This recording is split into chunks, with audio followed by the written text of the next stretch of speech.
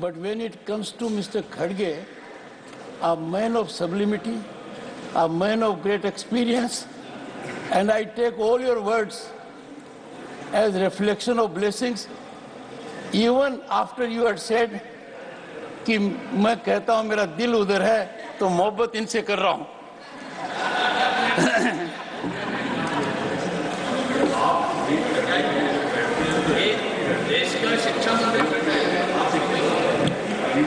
House नहीं आते तो ये नोट कर लिया जाए कि हम लोग तो पूरी आदर के साथ आप करते हैं सर, वो थोड़ी सा अवहेलना करते हैं। टाइट करिएगा, आज जब आए डांटिएगा। ऐसा है, a very senior minister, a very capable minister, Shri Dharmendra Pradhan ji is present here.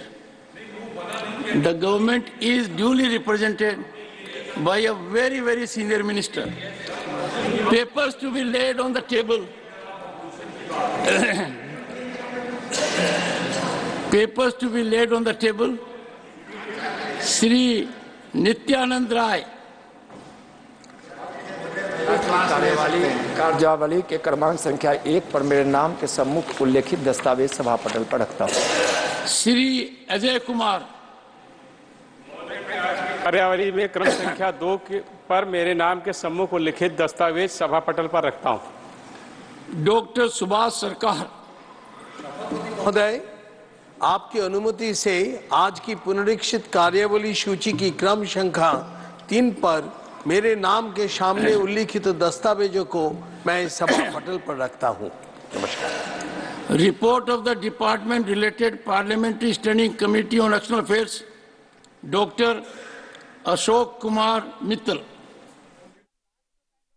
नया टेक्नोलॉजी कोल प्रोडक्शन में और ओवरऑल जो कोल इंडिया में और जो हमारा सब्सिडरी है उसमें डिजिटलाइजेशन के लिए बहुत बड़ी मात्रा में काम चल रहा है sir.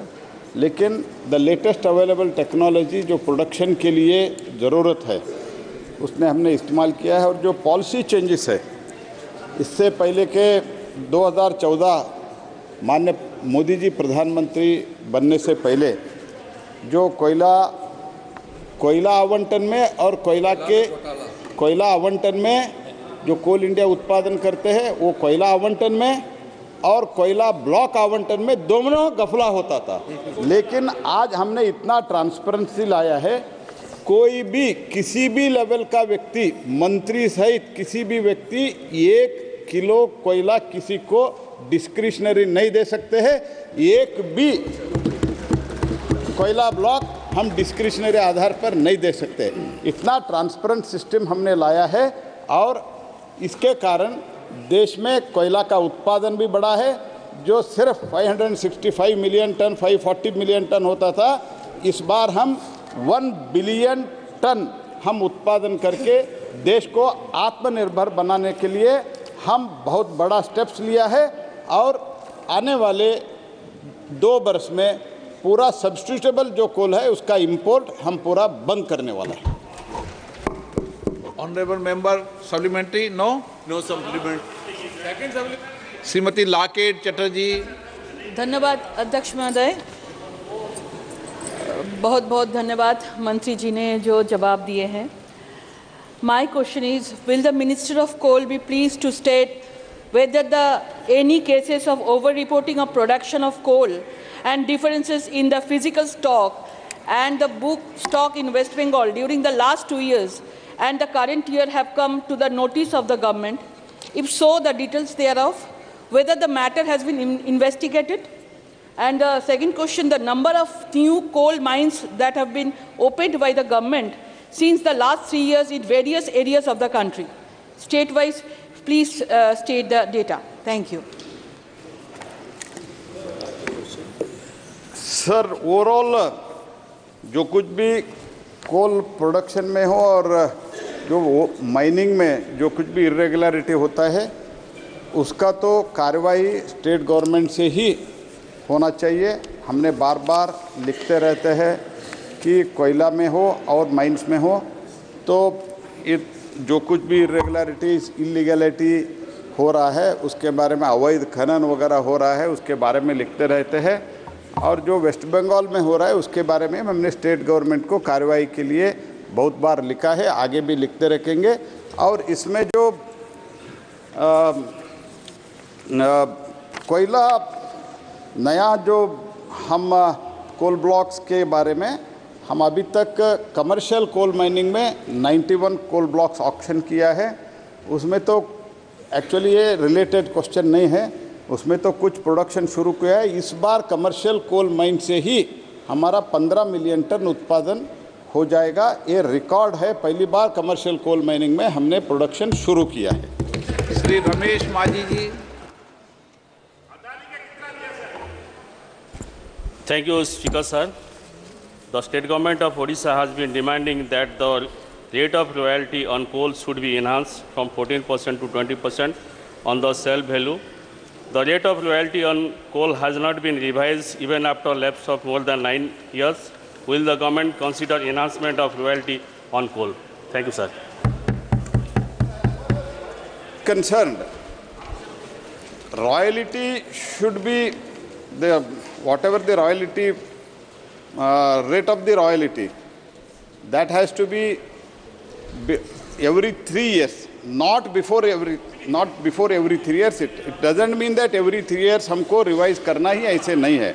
But the question is, in recent years, after Honorable Prime Minister gave a direction for the auction, after that the auction regime शुरू होने के बाद जो अभी प्रीमियम है वो प्रीमियम भी राज्यों को मिल रहा है, उसके साथ डीएमएफ वो भी मिल रहा है। कुल मिला के हमको एनमेट में भी कोल से हम पैसा ले रहे हैं। कुल मिला के राज्यों को प्रीमियम भी मिल रहा है, प्रीमियम के साथ साथ रॉयल्टी के साथ प्रीमियम भी मिल रहा है। और it is on ad valorem basis, means अगर आज को जो प्राइस है उसके ऊपर एडोलोरम के बेसिस पर रॉयल्टी और प्रीमियम दोनों चार्ज होता है। इसीलिए गत 3-4 वर्ष में, कम से कम गत 3-4 वर्ष से जो प्रीमियम के साथ हमने ऑक्शन शुरू किया और 15 से कैप्टिव माइन में जो हमने ऑक्शन शुरुआत की है उसमें तो प्रीमियम भी मिल रहा है, रॉयल्टी भी मिल रहा है। इसलिए हम अभी तो विचाराधीन में नहीं है, जब विचाराधीन हमारे कंसिडरेशन में आता है हम सोच के विचार करके बताएं। Question number 42 Shri Sunil Kumar Pintu. प्रश्न संख्या 42। माननीय मंत्री जी, माननीय सदस्य, माननीय सदस्य, सभा पटल पर रख रहा हूँ। माननीय सदस्य श्री महाबल। अध्यक्ष महोदय, बहुत बहुत आपको मैं धन्यवाद आभार प्रकट करता हूं कि आज के इस महत्वपूर्ण प्रश्न उपभोक्ताओं को उनके अधिकारों के बारे में मेरा ये प्रश्न है। माननीय मंत्री जी ने 3 पन्नों में इनका विस्तार से जवाब दिया है। अध्यक्ष महोदय, मैं आपके माध्यम से सरकार से ये जानना चाहता हूं कि उपभोक्ता संरक्षण अधिनियम 2019 की धारा 38/7 में निर्धारित है कि प्रत्येक शिकायत का यथासंभव शीघ्र निपटान कर दिया जाएगा, परंतु आज राज्यों में कंज्यूमर कोर्ट में जितने केस लंबित है, या तो कंज्यूमर कोर्ट में मेंबर नहीं है तो कहीं चेयरमैन नहीं है, और अगर है भी तो इतनी तारीखें पड़ रही है कि उपभोक्ता कंज्यूमर कोर्ट के चक्कर लगाते लगाते थक जा रहा है। उसे जो ये कानून बना है, इस कानून का सही उसे न्याय नहीं मिल पा रहा है।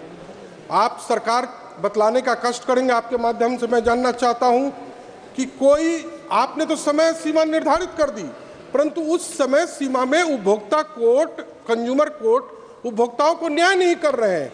आज उपभोक्ता लुभावनों सुहावने में बात। सदस्य, स्टेट के कंज्यूमर कोर्ट या सेंटर के कंज्यूमर कोर्ट? दोनों कोर्ट की मैं बात कर रहा हूं महोदय, मैं दोनों की बात कर रहा हूं।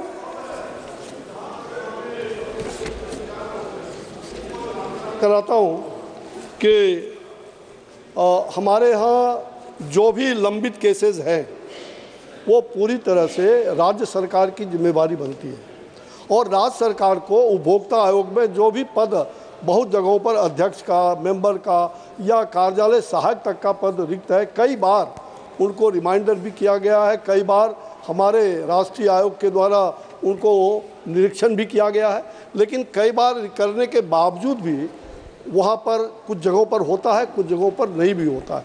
हम लोग उस पर तत्पर हैं महोदय कि राज्यों से इसका इम्प्लीमेंटेशन शीघ्र कराया जाए। जहाँ तक केंद्र सरकार का मामला है महोदय, केंद्रीय आयोग का, तो वहाँ पूरी की पूरी हर पद हमारे भरे गए हैं। 2 पद उस पर भी विज्ञापन निकल करके और बहुत दिनों से उसको भरने की प्रक्रिया जारी है। जहाँ तक इन्होंने जो कहा उपभोक्ता के मामले में, तो 100% महोदय हम उपभोक्ता मामले में 100% पहले के अपेक्षा आज हम ये कह सकते हैं कि जागो ग्राहक जागो जो है वो पूरे देश में काफ़ी कामयाब हुआ है और हमारा विभाग पूरी तरह से सतर्क है। श्री महाबली सिंह महोदय, अध्यक्ष महोदय, माननीय मंत्री जी ने विस्तार से जवाब दिया, परंतु उपभोक्ता जागो उपभोक्ता तो जागे हुए हैं और उपभोक्ता जागकर न्याय की ओर देख रहे हैं। आप राज्य सरकार पर, राज्य सरकार आप पर फेंक रही, परंतु उपभोक्ता कहाँ जाए? उपभोक्ता तो ठग आ गया। उपभोक्ता को तो न्याय चाहिए। अगर उपभोक्ता संरक्षण कानून बना है और उपभोक्ता को न्याय मिलने में विलम्ब हो रही है तो कानून पर प्रश्न चिन्ह उठ जाते हैं। उपभोक्ता आपके प्रति आपने जागृत कर दिया, परंतु न्याय में विलम्ब हो रहा है। वो एक निर्धारित हो कि हर हालत में उपभोक्ता को 2 महीने से 3 महीने में न्याय मिले, ये सुनिश्चित सरकार का दायित्व है।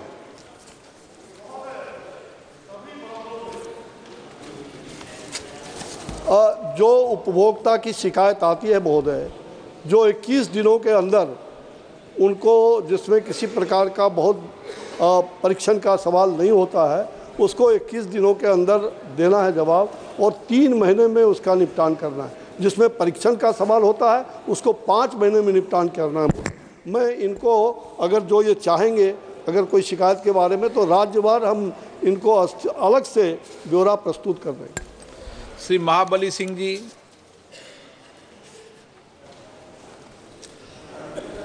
अध्यक्ष महोदय,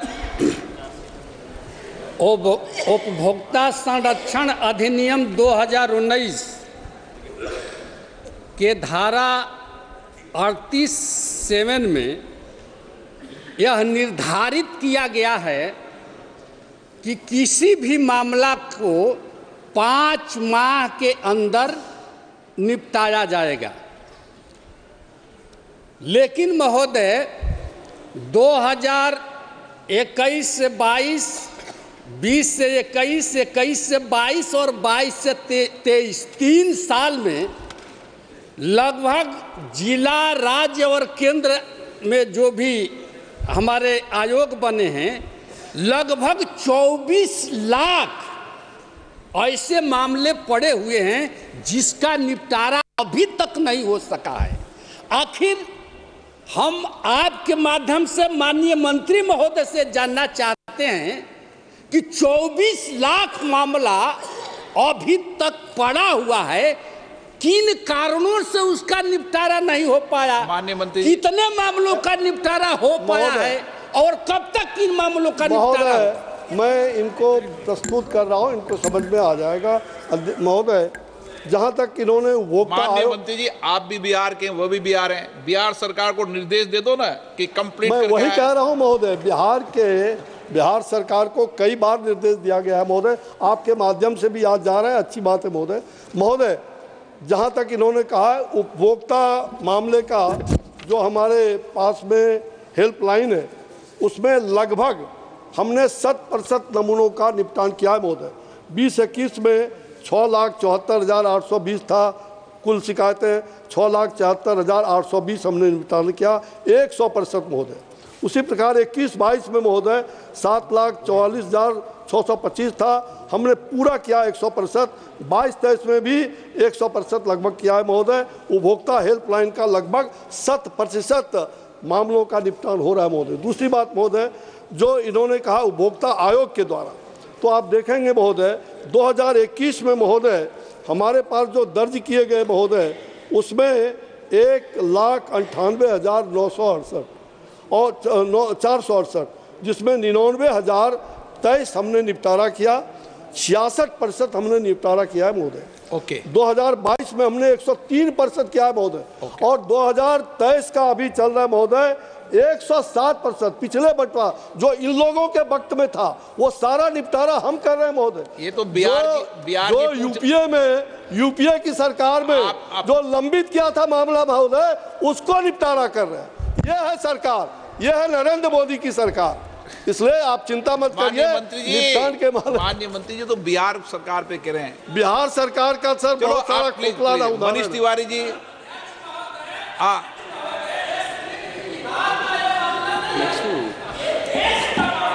मनीष तिवारी जी, माननीय सदस्य प्लीज।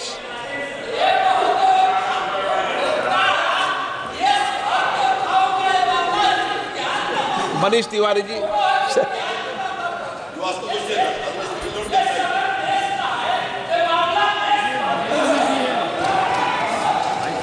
माननीय सदस्य please. Manish Tiwari ji. Thank you very much, Mr. Speaker, sir. Mr. Speaker, sir, pendency in the consumer courts is a definite problem, and you cannot run away from that problem.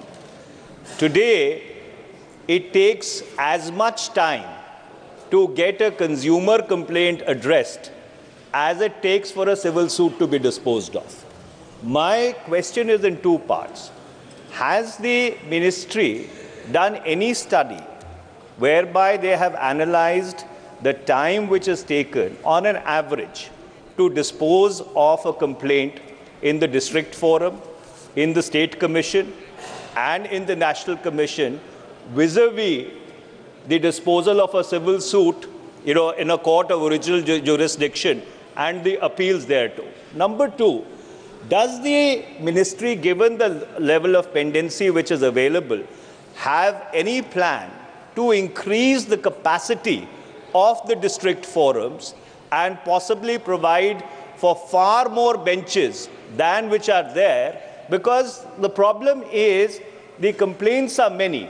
The people who have to redress or adjudicate on those complaints are very few. And obviously there will be a pendency, and the only solution is an exponential increase in the capacity at the level of the district forums so that it can be addressed. Mahoday. Honorable, I think Mr. Manish Tiwari has raised a very important point, particularly given that he's an eminent lawyer. I'm sure he understands that how the process has been crafted and how it is being implemented. At the outset, let me also share with Mr. Tiwari and all the other honorable members through you, sir, that this was an area which had remained neglected for far too long before 2014. You could make complaints on a variety of numbers. There were 8 or 10 different numbers on which complaints could be registered. You could register complaints in only a few languages, possibly only 2 when we came in 2014. The process of disposal was completely unmonitored. And in 2014, when we came in, we inherited a broken system. I'm happy to share with the House through you, sir, and I'm sure Manish ji will be happy to hear. We have introduced now several languages in which consumers can make their complaints. For the record, I think 17 languages today in which through a toll-free number, a single number, 1915, and I would urge members to propagate this in your respective areas, 1915, a simple one number for all consumer complaints in 17 languages. We expanded the call center capacity significantly so that it works for 12 hours against the 6 or 7 it used to work earlier. So 8 a.m. to 8 p.m. and we were ready to do 24 hours. But we found that there was not much traction beyond 8 o'clock in the evening. So we've got a 12-hour helpline in place. And thanks to the omni-channels that we have used through an IT-enabled portal, it could be WhatsApp, it could be SMS, it could be email, it could be the National Consumer Helpline app, it could be the web portal that we have, the Umang app. We have a variety of ways in which we are encouraging consumers जो उन्होंने बात कही, जागो ग्राहक जागो, हम वास्तव में ग्राहकों को उनके अधिकार के लिए जागृत कर रहे हैं और सुनिश्चित कर रहे हैं कि उनकी बात सुनी जाए। तो उसके कारण कंज्यूमर कंप्लेंट्स बड़े मात्रा में बढ़ी, far more than we had seen ever in the past. अब लोगों को विश्वास आया कि अगर हम कंप्लेंट करेंगे तो उस पर उचित कार्रवाई होगी। दूसरी बात, हमने टेक्नोलॉजी की सहायता ली, चाहे वो आर्टिफिशियल इंटेलिजेंस हो, चाहे वो All right, glimpses coming in from the winter parliament session, which is currently underway. For more such videos, subscribe to the NewsX YouTube channel, hit the bell icon.